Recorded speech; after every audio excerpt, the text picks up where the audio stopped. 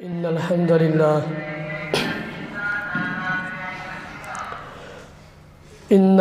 لله نحمده ونستعينه ونستغفره ونعوذ بالله من شرور أنفسنا ومن سيئات أعمالنا أشهد أن لا إله إلا الله وحده لا شريك له وأشهد أن محمدًا عبده ورسوله أما بعد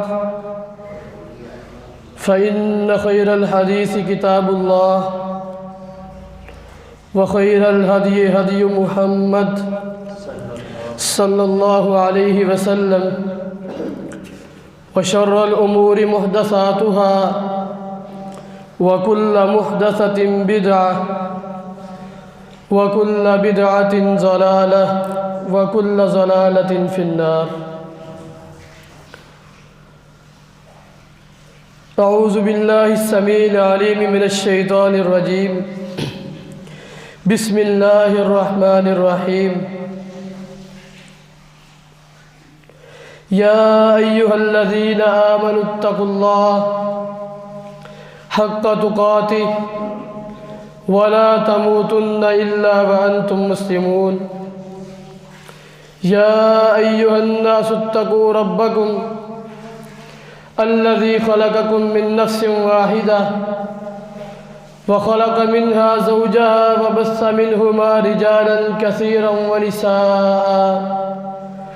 واتقوا الله الذي تساءلون به والأرحام إن الله كان عليكم رقيبا يا أيها الذين آمنوا اتقوا الله وقولوا قولا سديدا يصلح لكم أعمالكم ويغفر لكم ذنوبكم ومن يطع الله ورسوله فقد فاز فوزا عظيما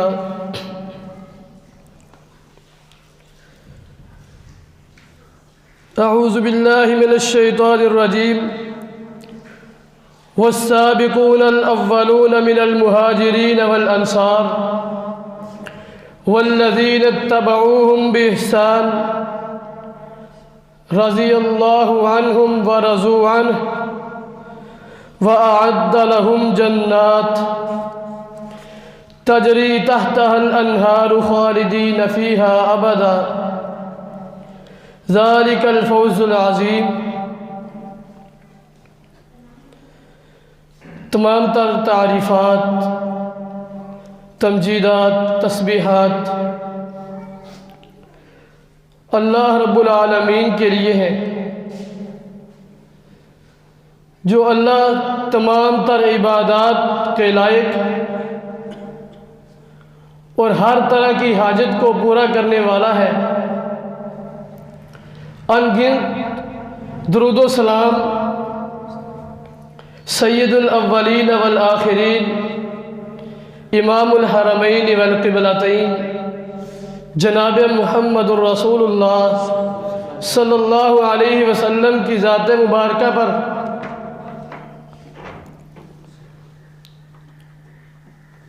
زیوکار سامعین، اللہ رب العالمین نے جنت کو بنا رکھا ہے، اور آج سے اس بات کو ذہن نشین کر لیجئے کہ جنت اور جہنم کے جو مناظر قرآن مجید میں بیان ہوئے، احادیث میں واضح ہوئے، اللہ رب العالمین نے ان جنتوں اور جہنموں کو تیار کر رکھا ہے۔ آج کا جو ہمارا موضوع ہے کہ اللہ رب العالمین نے جو جنت بنا رکھی ہے وہ کن کے لیے ہے۔ بنیادی بات یہ یاد رکھیے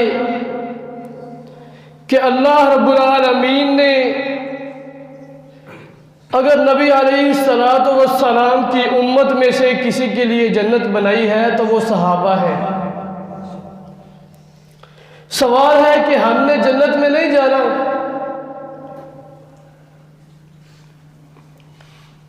ہمیں تو اللہ رب العالمین ان سے محبت کرنے کی وجہ سے اپنے فضل کے ساتھ اس جنت میں داخل کریں گے، ورنہ یہ بات یاد رکھیے کہ اگر انسان صحابہ اکرام رضی اللہ تعالی عنہم اجمعین کے مقام کو پہچانے گا نہیں، ان کی عزت اور توقیر کا خیال نہیں رکھے گا، یہ قرآن گواہ ہے کہ وہ بندہ کبھی جنت میں داخل نہیں ہو سکتا۔ تو پھر بات تو یہی سمجھ میں آئی کہ صحابہ سے محبت کرنے کی وجہ سے جنت ملے گی، کیونکہ انہی کے لیے اللہ رب العالمین نے جنتیں تیار کر رکھی ہیں۔ یہی اس آیت میں بیان ہوا، رضی اللہ عنہم ورضوا عنہ فأعد لهم جنات تجری تحتها الانہار خالدین فیہا ابدا۔ وہ لوگ ان سے اللہ راضی ہو گیا، وہ اللہ سے راضی ہو گئے، فرمایا وأعد لهم جنات، یہ جنتیں جن کا تذکرہ تم صبح شام سنتے ہو یہ انہی کے لیے تیار کر رکھی ہیں۔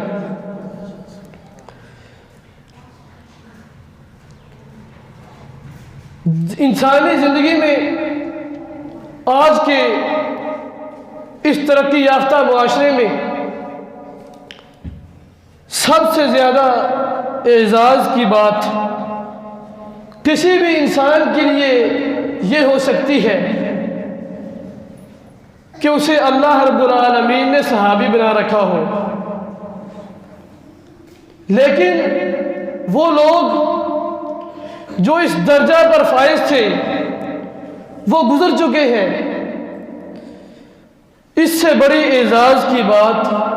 قیامت تک کے لیے اور کوئی نہیں ہے۔ اس کی وجہ یہ تھی کہ وہ ایسی ہستیاں تھیں جنہوں نے رسول اللہ صلی اللہ علیہ وسلم کے آپ کا دیدار کیا،